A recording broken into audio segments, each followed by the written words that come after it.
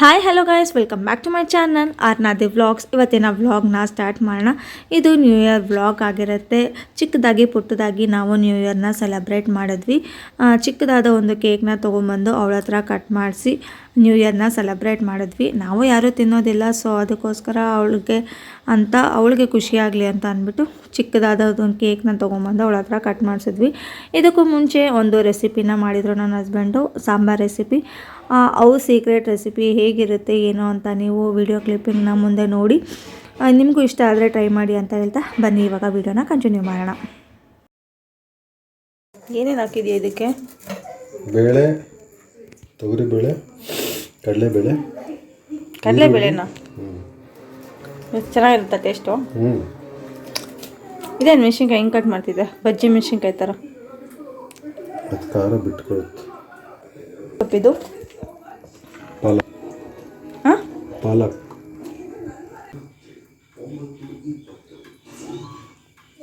ಅರ್ಶಿನ ಅಷ್ಟೇನಾ? ಕುಕ್ಕರ್ ಕೂಗ್ಸದ? ಏನಾಗ್ತದೆ? ಹುಣಸೆ ಹಣ್ಣು,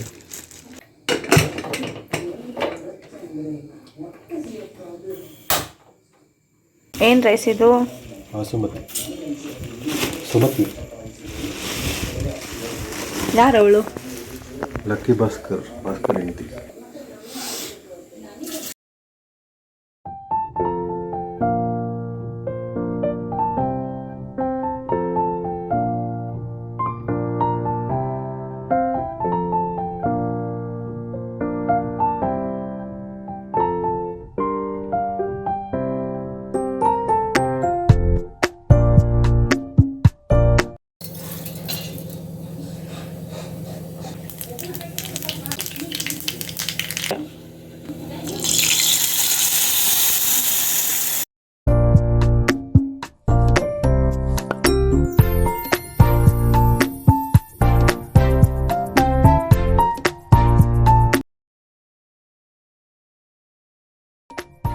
ಎಲ್ಲರಿಗೂ ಹೊಸ ವರ್ಷದ ಶುಭಾಶಯಗಳು. ಹೊಸ ವರ್ಷದ ಹೊಸ ವ್ಲಾಗ್ನ ನಾನು ಪಲಾವ್ ರೆಸಿಪಿಯೊಂದಿಗೆ ಸ್ಟಾರ್ಟ್ ಮಾಡ್ತಾ ಇದ್ದೀನಿ. ಬ್ರೇಕ್ಫಾಸ್ಟ್ಗೆ ಪಲಾವ್ನ ಮಾಡ್ತಾಯಿದ್ದೆ, ಅವರೆಕಾಳು ಪಲಾವ್.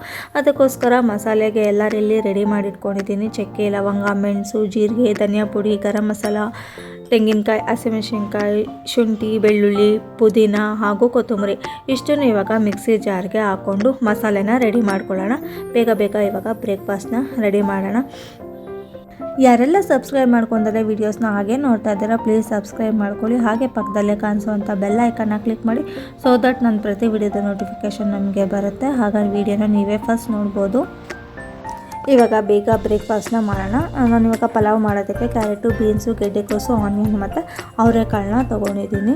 ನೀವು ಬೇಕಾದರೆ ಕ್ಯಾಪ್ಸಿಕಮ್, ಆಲೂಗಡ್ಡೆ ಅಥವಾ ಕಾಲಿಫ್ಲವರ್ ಇದನ್ನು ಸಹ ಆ್ಯಡ್ ಮಾಡ್ಕೋಬೋದು. ಒಂದು ಕುಕ್ಕರಲ್ಲಿ ತುಪ್ಪ ಮತ್ತು ಆಯಿಲ್ ಎರಡನ್ನೂ ಸಹ ಮಿಕ್ಸ್ ಮಾಡಿದ್ದೀನಿ ನಾನು.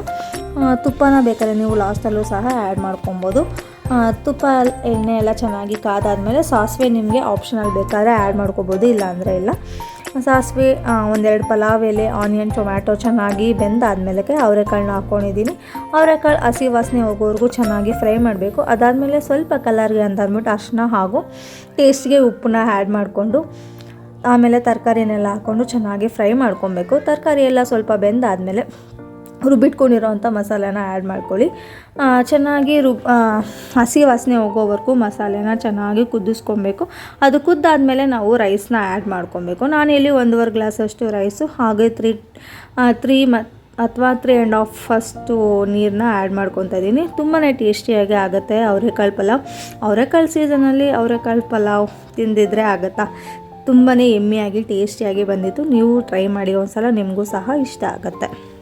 ಬ್ರೇಕ್ಫಾಸ್ಟ್ ಎಲ್ಲ ಆದಮೇಲೆ ನ್ಯೂ ಇಯರ್ ಇರೋದ್ರಿಂದ ಏನಾದರೂ ಸ್ವೀಟ್ ಮಾಡೋಣ ಅಂತ ಅಂದ್ಬಿಟ್ಟು ಕರ್ಗಡ್ಬುನ ಮಾಡ್ತಾಯಿದ್ದೆ. ಏನಾದರೂ ಸಮಥಿಂಗ್ ಸ್ಪೆಷಲ್ ಆಗಿರಬೇಕಲ್ಲ ನ್ಯೂ ಇಯರ್ಗೆ, ಸೊ ಅದಕ್ಕೆ ಕರ್ಗಡ್ಬುನ ಮಾಡ್ತಾಯಿದ್ದೆ. ಮೈದಾ ಹಿಟ್ಟು, ಚಿರೋಟಿ ರವೆ, ಚಿಟಿಕೆ ಅಷ್ಟು ಉಪ್ಪು ಹಾಗೆ ಕಾಯಿಸಿರೋ ಅಂಥ ಎಣ್ಣೆನ ಆ್ಯಡ್ ಮಾಡಿಕೊಂಡು ನಾನಿಲ್ಲಿ ಕರ್ಗಡ್ಬುಗೆ ಹಿಟ್ಟನ್ನು ಕಲಸಿಟ್ಟಾಯಿತು. ಈ ಕಡೆಯೂ ಬೇಳೆನೂ ಬೆಂದಿತ್ತು, ಅದಕ್ಕೆ ಬೆಲ್ಲನ ಹಾಕಿ ಇಟ್ಟಿದ್ದೀನಿ. ಅದು ಚೆನ್ನಾಗಿ ಕುದ್ದಾದ್ಮೇಲೆ ತೆಂಗಿನಕಾಯಿ ಹಾಗೆ ಏಲಕ್ಕಿ ಪುಡಿನ ಹಾಕಿದ್ರೆ ಹೂರ್ಣನೂ ಸಹ ರೆಡಿ ಆಗುತ್ತೆ. ಅದು ತಣ್ಣಗಾದ್ಮೇಲೆ ಮಿಕ್ಸಿ ಮಾಡಿದ್ರೆ ರೆಡಿ ಆಗುತ್ತೆ. ನಿಮಗೆ ಏನಾದರೂ ಅಕಸ್ಮಾತ್ ಹೂರ್ಣ ತೆಳ್ಳಗಾಯಿತು ಅಂತ ಅನಿಸಿದ್ರೆ ನೀವು ಅವಲಕ್ಕಿ ಅಥವಾ ಕಡಲೆಪಪ್ಪು ಎರಡರಲ್ಲಿ ಯಾವುದಾದ್ರೂ ಸಹ ನೀವು ಪೌಡ್ರನ್ನ ಮಾಡಿ ಮಿಕ್ಸ್ ಮಾಡೋದ್ರಿಂದ ಹೂರ್ಣ ಗಟ್ಟಿ ಆಗುತ್ತೆ.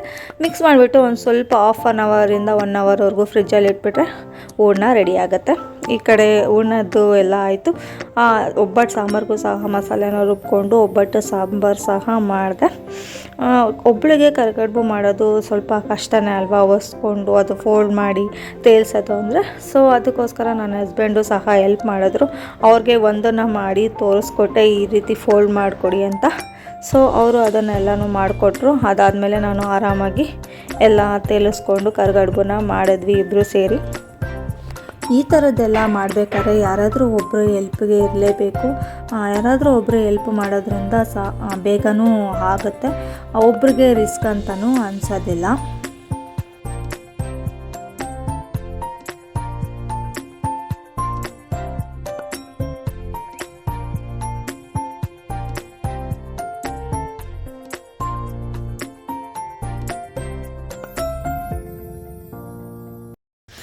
ಕರಿಗಡುಬು ಎಲ್ಲ ಮಾಡಿ ಮುಗಿಸಾದ್ಮೇಲೆ ಇವಾಗ ಊಟನ ಮಾಡ್ತಾಯಿದ್ದೀವಿ. ಊಟಕ್ಕೆ ಅನ್ನ ಸಾಂಬಾರು ಕರಿಗಡುಬು ಹಾಗೆ ಪಾಪಡ್ ಅಷ್ಟೇ.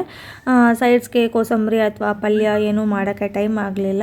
ಸೊ ಅದಕ್ಕೆ ಇಷ್ಟೇ ಸಿಂಪಲ್ಲಾಗಿ ನಮ್ಮ ನ್ಯೂ ಇಯರ್ ಲಂಚ್ ಮುಗಿಸ್ಕೊಂಡ್ವಿ. ಊಟ ಎಲ್ಲ ಆದಮೇಲೆ ಸ್ವಲ್ಪ ಹೊತ್ತು ರೆಸ್ಟ್ ತೊಗೊಂಡು ಆಮೇಲೆ ಸಂಜೆಯಿಂದ ದೇವಸ್ಥಾನಕ್ಕೆ ಹೋಗೋಣ ಅಂತ ಅಂದ್ಬಿಟ್ಟು ರೆಡಿಯಾಗಿ ಹೊರಡ್ತಾ ಇದ್ವಿ. ಅದಕ್ಕೂ ಮುಂಚೆ ಮನೆಯಲ್ಲಿ ಪೂಜೆ ಎಲ್ಲ ಮಾಡಿಬಿಟ್ಟು ಆಮೇಲೆ ದೇವಸ್ಥಾನಕ್ಕೆ ಹೊರಟ್ವಿ. ದೇವಸ್ಥಾನದಲ್ಲಿ ತುಂಬಾ ರಶ್ ಇತ್ತು, ಯಾವುದೇ ವಿಡಿಯೋನ ಮಾಡೋಕ್ಕಾಗಲಿಲ್ಲ. ಸೊ ದೇವ್ರ ದರ್ಶನ ಮಾಡಿಕೊಂಡು ನಾವು ವಾಪಸ್ ಮನೆಗೆ ಬಂದ್ವಿ.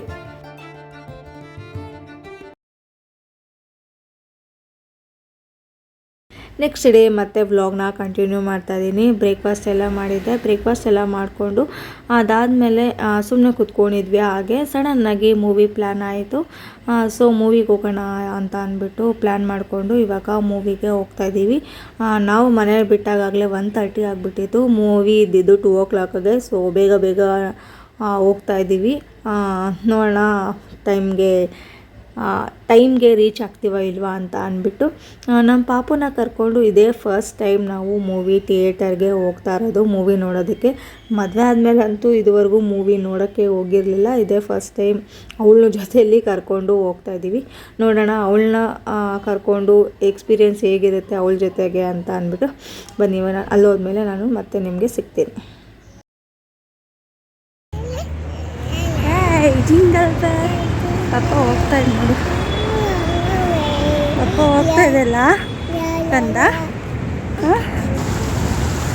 ಟೈಮ್ ಬೇರೆ ಆಗಿಬಿಟ್ಟಿತ್ತು. ಬೇಗ ಹೋಗ್ತಾ ಇದ್ವಿ. ಅದರಲ್ಲಿ ಇವಳು ಬೇರೆ ಜಿಂಗಲ್ ಬೆಲ್ ಅಂದ್ಕೊಂಡು ಆ ವಾಟರ್ ಫಾಲ್ಸ್ನೆಲ್ಲ ನೋಡಿಕೊಂಡು ಇನ್ನೂ ಅಲ್ಲೇ ಇರಬೇಕು ಅಂತ ಇತ್ತು. ಒಟ್ಟಿನಲ್ಲಿ ಹಿಂಗೆ ಮಾಡಿ ಆನ್ ಟೈಮ್ಗೆ ರೀಚ್ ಆದ್ವಿ. ಬನ್ನಿ ಇವಾಗ ಯಾವ ಮೂವಿಗೆ ಹೋಗ್ತಾ ಇದ್ದೇನೆ ಅಂತ ನಿಮಗಿನ್ನೂ ಹೇಳಿಲ್ಲ. ವಿಡಿಯೋ ನೋಡಿದ್ರೆ ನಿಮಗೆ ಗೊತ್ತಾಗುತ್ತೆ. ಬನ್ನಿ ಇವಾಗ ಒಳಗಡೆ ಹೋಗೋಣ.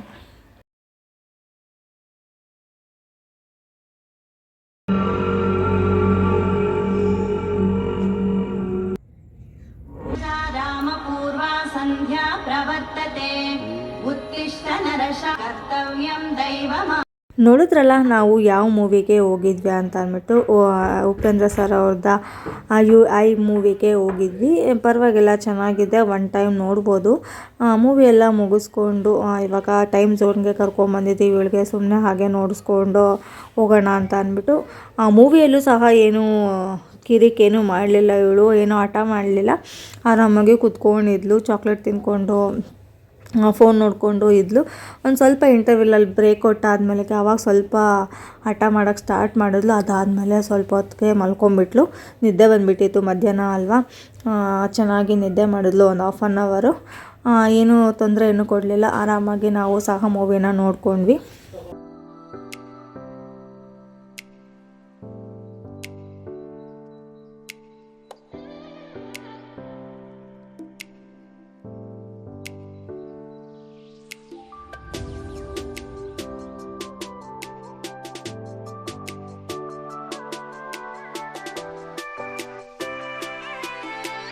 ಮೂವಿ ಎಲ್ಲ ಮುಗೀತು. ಇವಾಗ ವಾಪಸ್ ಮನೆಗೆ ಹೋಗ್ತಾ ಇದ್ವಿ. ಅವ್ಳಿಗೆ ವಾಟರ್ ಫಾಲ್ಸ್ ತುಂಬಾ ಇಷ್ಟ ಆಗಿತ್ತು ಅಂತ ಅಂದ್ಬಿಟ್ಟು ಅವಳಿಗೆ ಇಲ್ಲಿ ವಿಡಿಯೋನ ತೆಗಿತಾ ಇದ್ದೆ.